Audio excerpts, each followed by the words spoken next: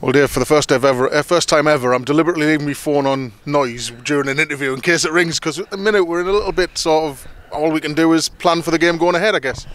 Yeah, at the moment it is. Like I say, all I suppose the noise that have been made was that they do everything they can to sort of play the games, unless I suppose there was government intervention, then that was going to be the case. So nothing changes from our perspective. Like I say, it's an opportunity for us to get back to winning ways.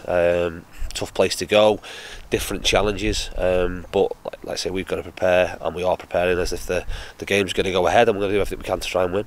It's quite an extraordinary situation though, isn't it, nationwide? Well, not just nationwide, worldwide now. It is. Listen, obviously I spoke on Wednesday about it, and at that point there wasn't a great deal going on. Things have escalated really quickly in a very, very short space of time, and I suppose continue to do that, not so much on a daily basis, on a hourly basis in terms of how things move on. So it's a very, very strange situation. I suppose once things like this happen, like I say, the media become involved massively, and there's lots of, I suppose, perpetuating in terms of what'll happen, will this happen, will that happen. You can get drawn into, I suppose, thinking and looking at other things, and all, like I said before, we can just control what we can control, and as best as possible you have to try and do that. It's probably easier for me to do than potentially is for than the players to do, because individually they're going to look at things, there's rumour, there'll be speculation around all sorts of stuff. Again, we can't use anything as an excuse. We've got to just crack on and try and win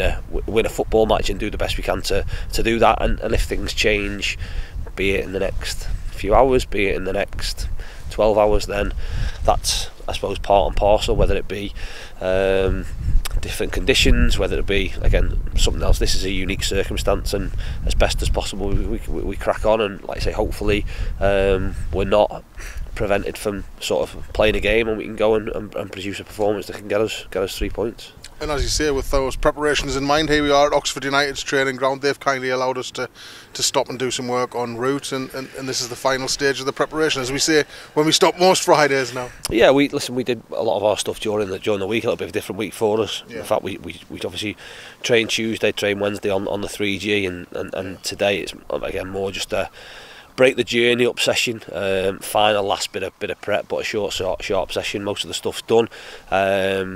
Again, check on a few things in terms of a few little niggles and things we've got, but aside from that, like I say, it's a way of breaking the journey up. Really grateful and thankful for to Carl and Faz for letting us use the facilities, and like I say, hopefully it'll be the last piece in what will be a successful weekend for us.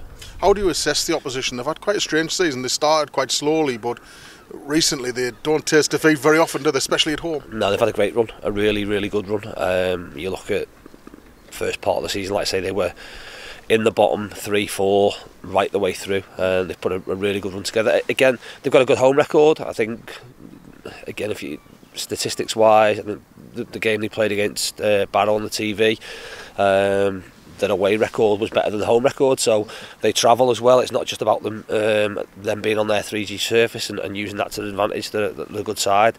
They're probably a team that have a couple of individuals that can be stand out for them, but as a team unit, they're really strong, and have had good results against the teams at the top end of the division. So we know it's going to be really, really tough, but we, like I say, we have our own agenda in terms of what we need to do, and we've got to continue like I say, the way we've been playing and what we've been doing, and if we do that, like I say, we have a good chance of going there and not only getting something of winning the game, but they'll be thinking exactly the same. So I'm sure it'll be a tough game between two, as with this division, two evenly matched teams. Hopefully we can.